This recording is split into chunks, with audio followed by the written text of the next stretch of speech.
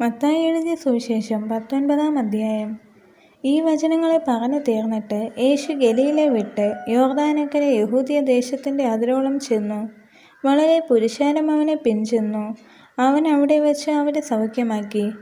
പരീശന്മാർ അവൻ്റെ അടുക്കൽ വന്ന് ഏത് കാരണം ചൊല്ലിയും ഭാര്യയെ ഉപേക്ഷിക്കുന്നത് വിഹിതമോ എന്ന് അവനെ പരീക്ഷിച്ച് ചോദിച്ചു. അതിനെ അവൻ, സൃഷ്ടിച്ചവൻ ആദിയിൽ അവരെ ആണും പെണ്ണുമായി സൃഷ്ടിച്ചു എന്നും അതുനിമിത്തം മനുഷ്യൻ അപ്പനെയും അമ്മയും വിട്ട് ഭാര്യയോട് പറ്റിച്ചേരും, ഇരുവരും ഒരു ദേഹമായി തീരുമെന്ന് അരുളിച്ചെയ്തു എന്നും നിങ്ങൾ വായിച്ചിട്ടുണ്ടല്ലോ. അതുകൊണ്ട് അവർ മേലാൽ രണ്ടല്ല, ഒരു ദേഹമത്രേ. ആകയാൽ ദൈവം യോജിപ്പിച്ചതിനെ മനുഷ്യൻ വേർപിരിക്കരുത് എന്ന് ഉത്തരം പറഞ്ഞു. അവർ അവനോട്, എന്നാൽ ഉപേക്ഷണ പത്രം കൊടുത്തിട്ട് അവളെ ഉപേക്ഷിപ്പാൻ മോശെ കൽപ്പിച്ചത് എന്ത് എന്ന് ചോദിച്ചു.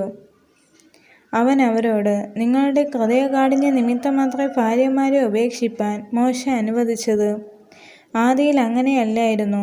ഞാനോ നിങ്ങളോട് പറയുന്നത്, പരസംഗം നിമിത്തമല്ലാതെ ഭാര്യ ഉപേക്ഷിച്ച് മറ്റൊരുത്തിയെ വിവാഹം കഴിക്കുന്നവൻ വ്യഭിചാരം ചെയ്യുന്നു, ഉപേക്ഷിക്കപ്പെട്ടവളെ വിവാഹം കഴിക്കുന്നവനും വ്യഭിചാരം ചെയ്യുന്നു. ശിഷ്യന്മാർ അവനോട്, സ്ത്രീയെ സംബന്ധിച്ച് മനുഷ്യൻ്റെ അവസ്ഥ ഇങ്ങനെയെങ്കിൽ വിവാഹം കഴിക്കുന്നത് നന്നല്ല എന്ന് പറഞ്ഞു. അവൻ അവരോട്, വരം ലഭിച്ചവർ അല്ലാതെ എല്ലാവരും ഈ വചനം ഗ്രഹിക്കുന്നില്ല. അമ്മയുടെ ഗർഭത്തിൽ നിന്ന് ഷണ്ഡന്മാരായി ജനിച്ചവർ ഉണ്ട്, മനുഷ്യർ ഷണ്ഡന്മാരാക്കിയ ഷണ്ഡന്മാരും ഉണ്ട്. സ്വർഗരാജ്യ നിമിത്തം തങ്ങളെ തന്നെ ഷണ്ഡന്മാരാക്കിയ ഷണ്ഡന്മാരും ഉണ്ട്. ഗ്രഹിപ്പാൻ കഴിയുന്നവൻ ഗ്രഹിക്കട്ടെ എന്ന് പറഞ്ഞു. അവൻ കൈവച്ച് പ്രാർത്ഥിക്കേണ്ടതിന് ചിലർ ശിശുക്കളെ അവൻ്റെ അടുക്കൽ കൊണ്ടുവന്നു. ശിഷ്യന്മാർ അവനെ വിലക്കി. യേശുവോ, ശിശുക്കളെ എൻ്റെ അടുക്കൽ വരുവാൻ വിടുവിൻ, അവരെ തടുക്കരുത്, സ്വർഗരാജ്യം ഇങ്ങനെയുള്ളവരുടേതല്ലോ എന്ന് പറഞ്ഞു. അങ്ങനെ അവൻ അവരുടെ മേൽ കൈവച്ചു. പിന്നെ അവിടെ നിന്ന് യാത്രയായി. അനന്തരം ഒരുത്തൻ വന്ന് അവനോട്, ഗുരു, നിത്യജീവനെ പ്രാപിപ്പാൻ ഞാൻ എന്ത് നന്മ ചെയ്യണമെന്ന് ചോദിച്ചതിന് അവൻ, എന്നോട് നന്മയെക്കുറിച്ച് ചോദിക്കുന്നത് എന്ത്? നല്ലവൻ ഒരുത്തനേ ഉള്ളൂ. ജീവനിൽ കടപ്പാൻ ഇച്ഛിക്കുന്നു എങ്കിൽ കൽപ്പനകളെ പ്രമാണിക്ക എന്ന് അവനോട് പറഞ്ഞു.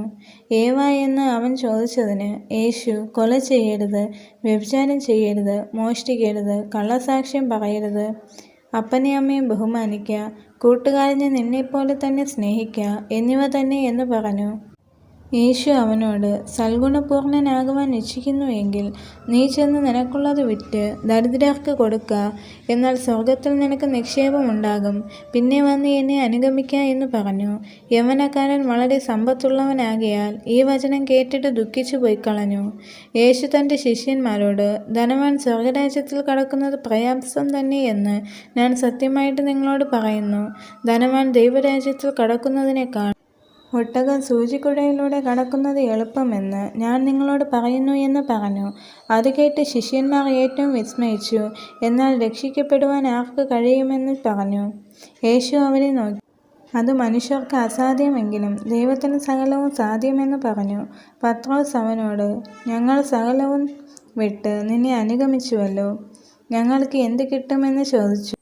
യേശു അവരോട് പറഞ്ഞത്, എന്നെ അനുഗമിച്ചിരിക്കുന്ന നിങ്ങൾ പുനർജീവിതത്തിൽ മനുഷ്യപുത്രൻ തൻ്റെ മഹത്വത്തിൻ്റെ സിംഹാസനത്തിൽ ഇരിക്കുമ്പോൾ നിങ്ങളും 12 സിംഹാസനത്തിൽ ഇരുന്ന് ഇസ്രായേൽ ഗോത്രം 12-നും ന്യായം വിധിക്കുമെന്ന് ഞാൻ സത്യമായിട്ട് നിങ്ങളോട് പറയുന്നു.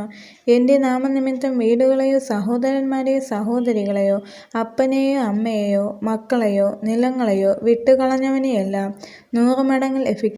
അവൻ നിത്യജീവനെ അവകാശമാക്കും. എങ്കിലും മുൻപന്മാർ പലർ പിൻപന്മാരും പിൻപന്മാർ മുൻപന്മാരും ആകും. ഈ വചനങ്ങളാൽ ദൈവം എല്ലാവരെയും അനുഗ്രഹിക്കുമാറാകട്ടെ. ആമേൻ.